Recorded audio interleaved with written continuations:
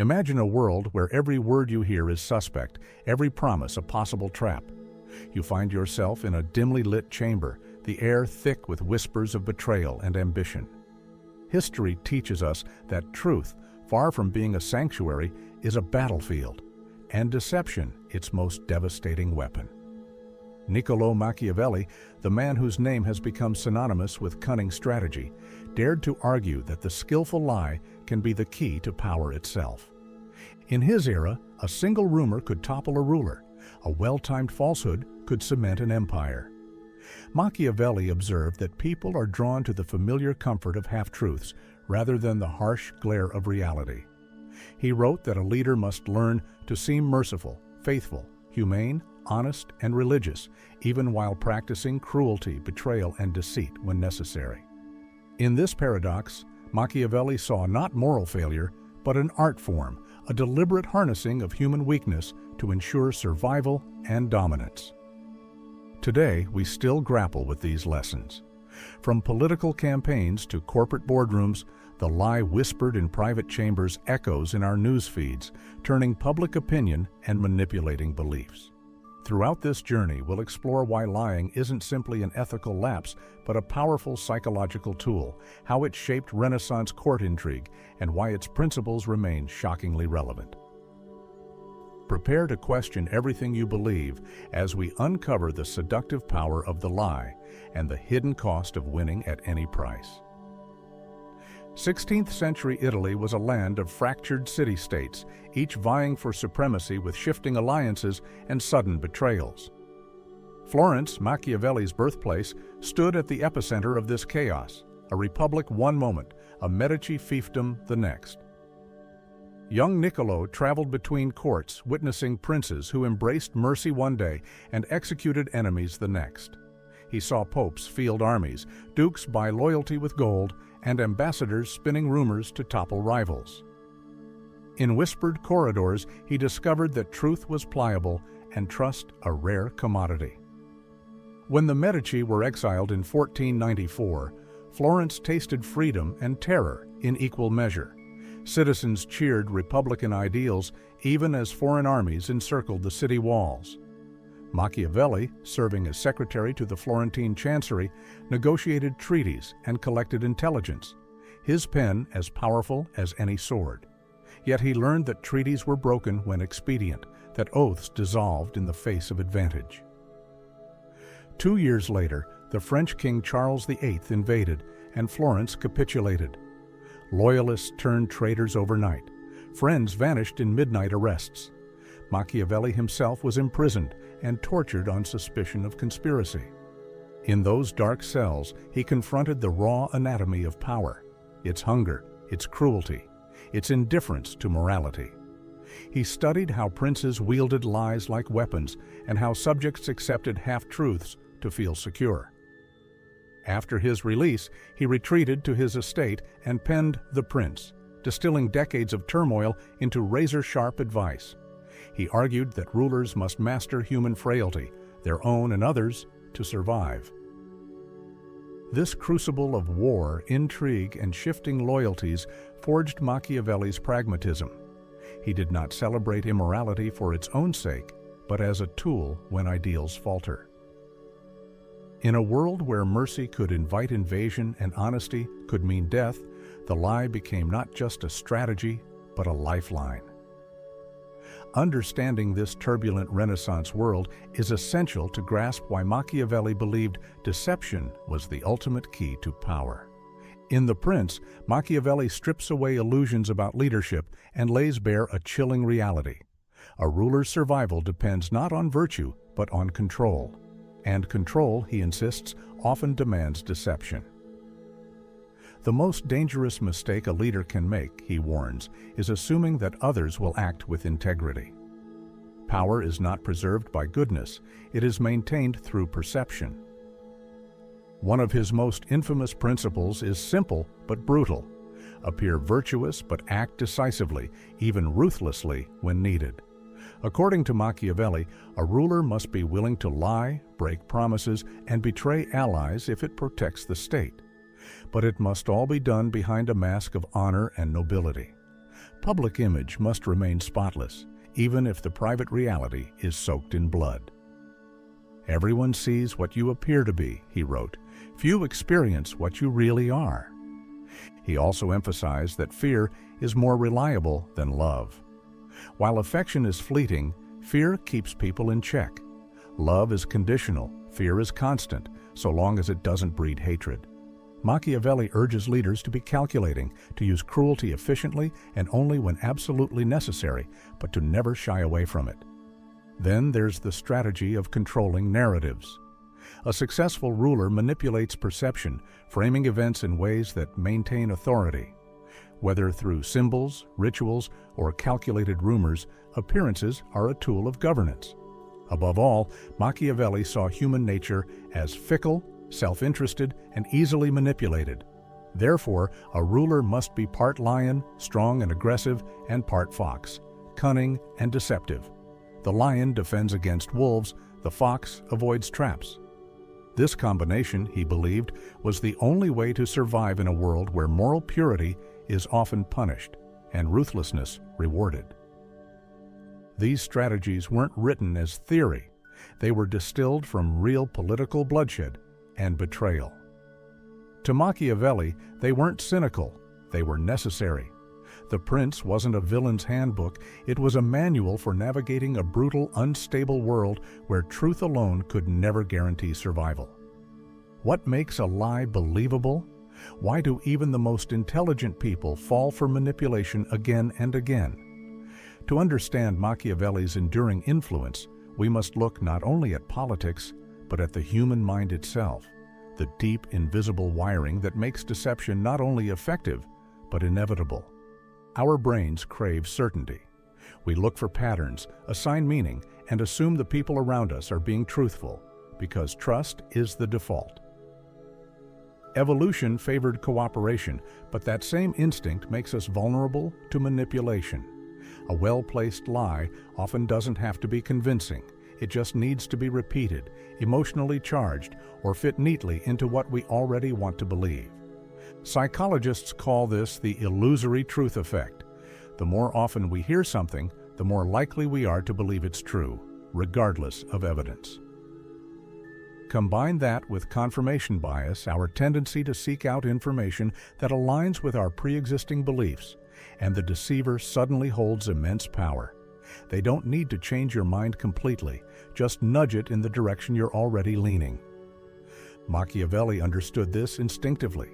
He knew that people are drawn to appearances, not substance. A ruler doesn't have to be just, only seem just. He saw how cognitive dissonance, the discomfort of holding two conflicting ideas, could push people to justify even the most obvious falsehoods to maintain their worldview. But deception also works because of fear, the fear of chaos, of the unknown, of losing what we have. When fear is present, the brain's logic circuits dim and emotional shortcuts take over.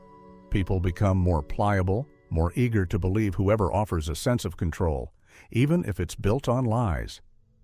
This is the psychological battleground Machiavelli wrote for.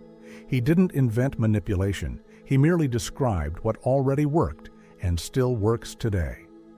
The strategies he outlined in The Prince are not relics of the past. They are reflections of the deepest vulnerabilities in the human psyche.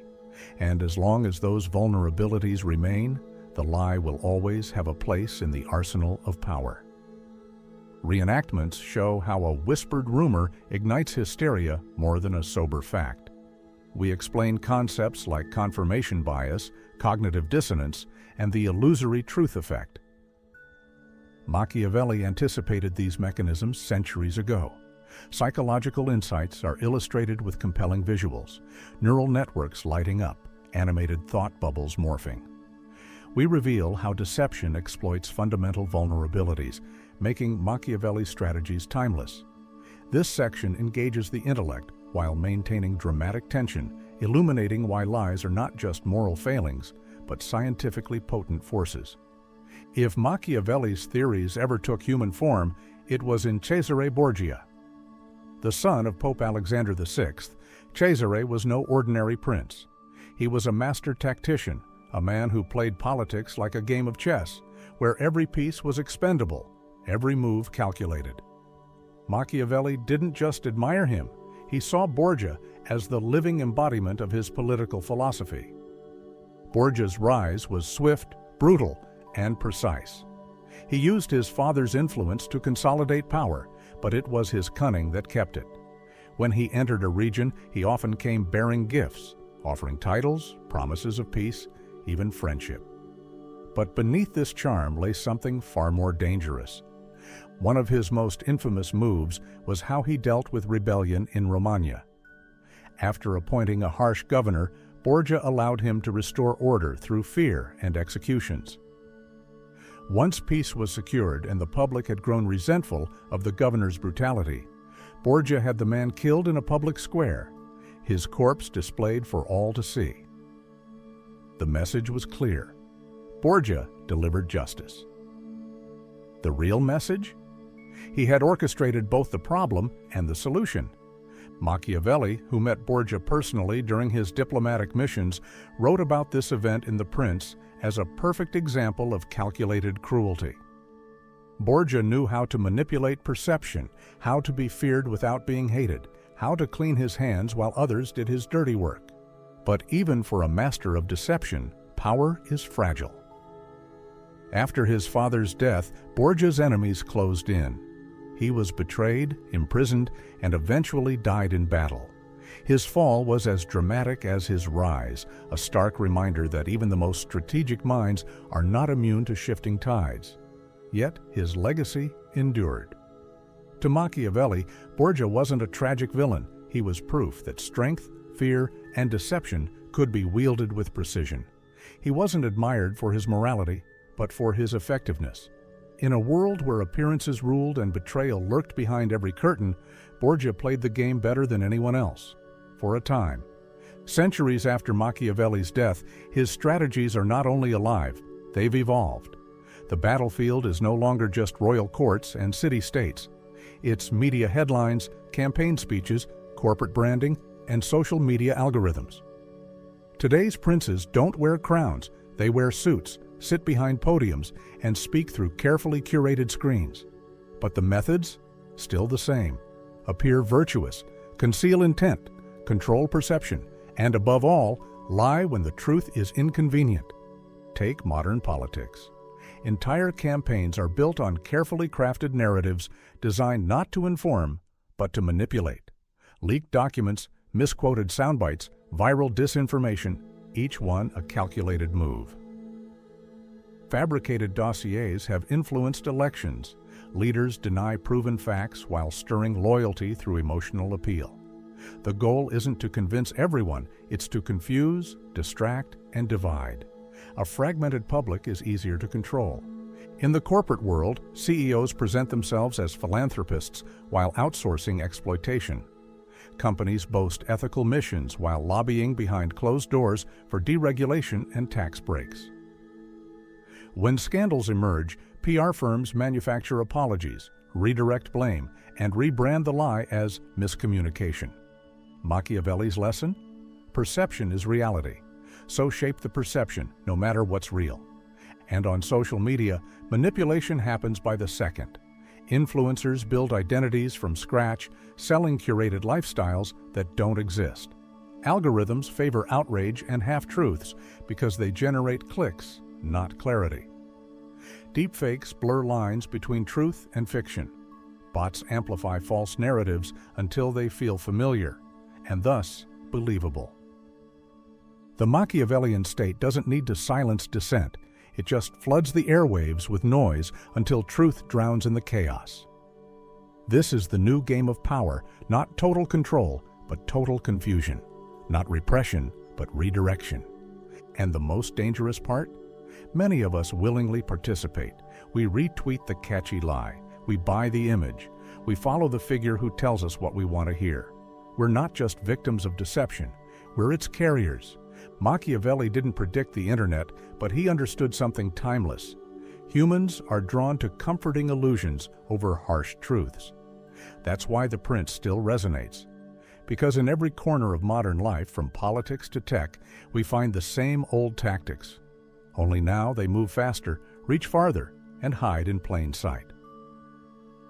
At this point, we've seen how deception can shape empires, win elections, control narratives, and preserve power. But now comes the question that stops everything.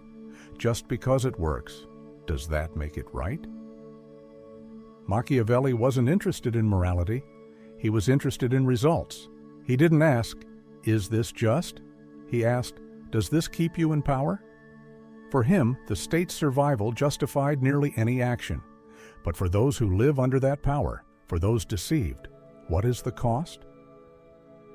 Philosophers have debated this for centuries. Consequentialists might agree with Machiavelli. If the outcome benefits many, then the means are justified. If a leader must lie to avoid war or manipulate to maintain order, perhaps it's a necessary evil. But deontologists argue that morality isn't about outcomes, it's about principles. A lie, no matter how effective, is still a betrayal. And once integrity is lost, it can't be recovered. Then there are the voices of the harmed, whistleblowers, disillusioned citizens, victims of propaganda. Their stories cut through the theory, revealing the pain left behind by unchecked deception, lost trust, social division, a deep skepticism that corrodes every institution. Even Machiavelli's heroes, like Cesare Borgia, eventually fell.